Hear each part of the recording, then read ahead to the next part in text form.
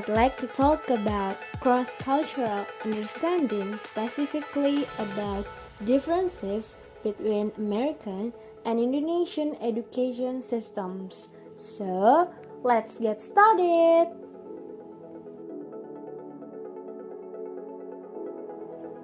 Basically, I'm not gonna compare Indonesia and America in educational system, but I want to give you an overview from these two countries. The first, settled system. No national exam. There's no national exam or high school graduation examination in America. The rule is determined at the district level. For example, each school in Minnesota, they set their own curriculum. However, there are state standards, which are a set of goals schools must reach.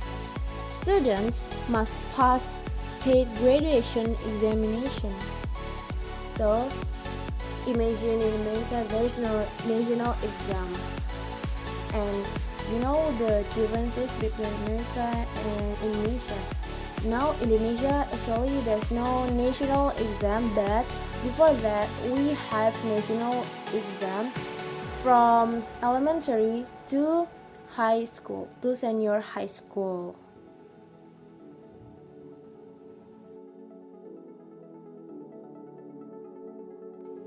Next, no curriculum. A national curriculum is a common program of study in schools that is designed to ensure nationwide uniformity of content and standards in education.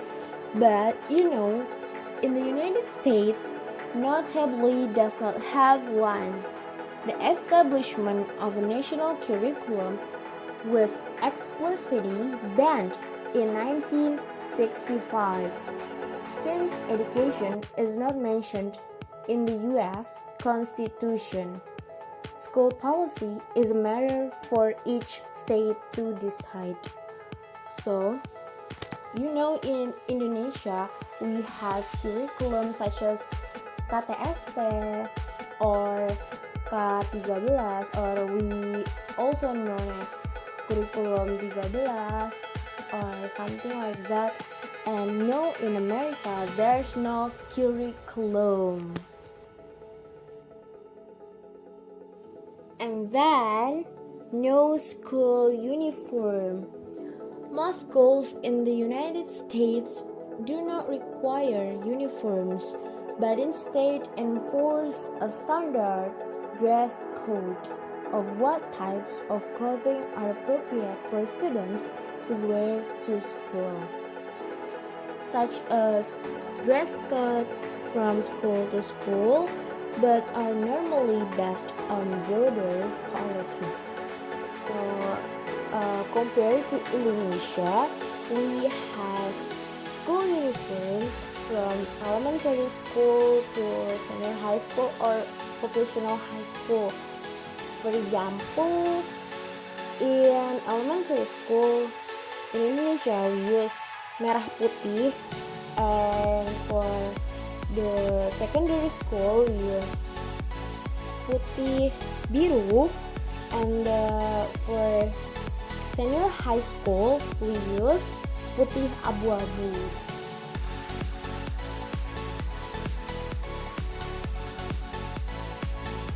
Next, no religion and sport as a subject. All children in the United States have access to free public schools. Private school, religious, and non-sectarian are available, but students must pay tuition to attend them. Many states and communities provide school or special classes for children with special educational needs, including those with emotional and behavioral problems, moderate and severe learning difficulties, communication problems, partial hearing, or physical disabilities. There are also private schools catering for gifted and talented children and most public schools have gifted and talented programs. So in America, there's no religion and sports as a subject compared to Indonesia. We have in every schools. So in America, if we want to get religion and sports as our subject, we need to pay tuition more in a private school, not in free school. And then early concentration, it means penjurusan sejak awal. Not only in America but also in Indonesia, we have penjurusan sejak awal in senior high school or vocational high school. And next, no tuition for school. It means there's no SPP in America. But in Indonesia, we have SPP.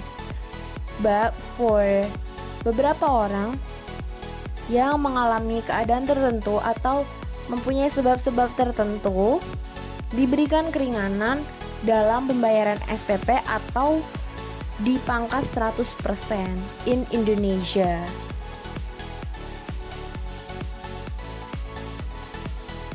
Next, after school is a must. It means extracurricular activities tend to be important for highly selective university.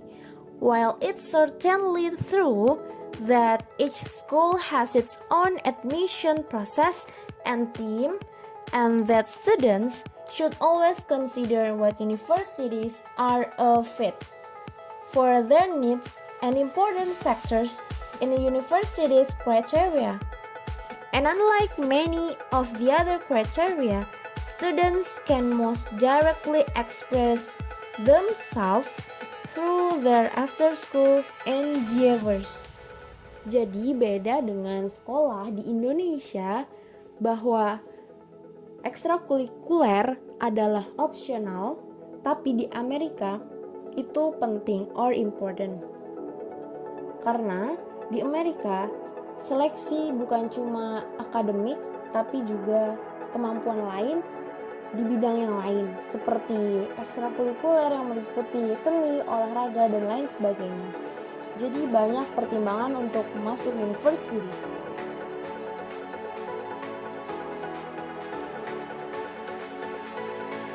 Next, 12 years compulsory schooling. Formal schooling lasts 12 years until around age 18. The education system in America is divided into 3 levels. The first one is elementary or primary education. The second one is secondary education.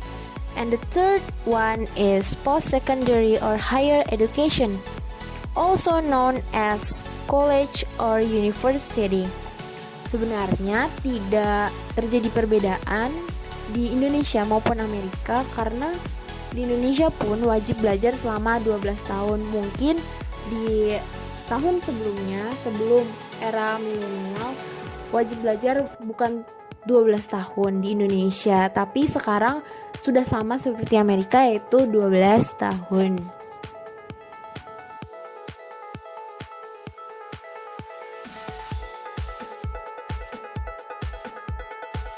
And the second one of this material is teachers. Professional teacher. Some qualities of a good teacher include skills in communication, listening, collaboration, adaptability, empathy, and patience. Other characteristics of effective teaching include an engaging classroom presence, value in real-world learning, exchange of best practices, and a lifelong love of learning. So in America, there are professional teachers, and actually in Indonesia we do have professional teachers, and but some we call it oknum, beberapa oknum menjadi tidak profesional karena ada yang mengajar bukan bidangnya. Misal sebenarnya dia adalah master di matematika tapi malah mengajar bahasa Inggris dan lain sebagainya. Banyak contoh-contoh, ataupun mungkin di daerah yang tertinggal mungkin masih kekurangan professional teachers seperti itu.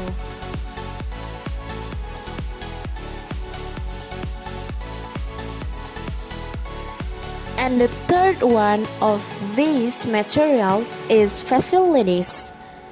So in America, they use advanced facilities for school, such as laboratory, library, and high-speed internet access.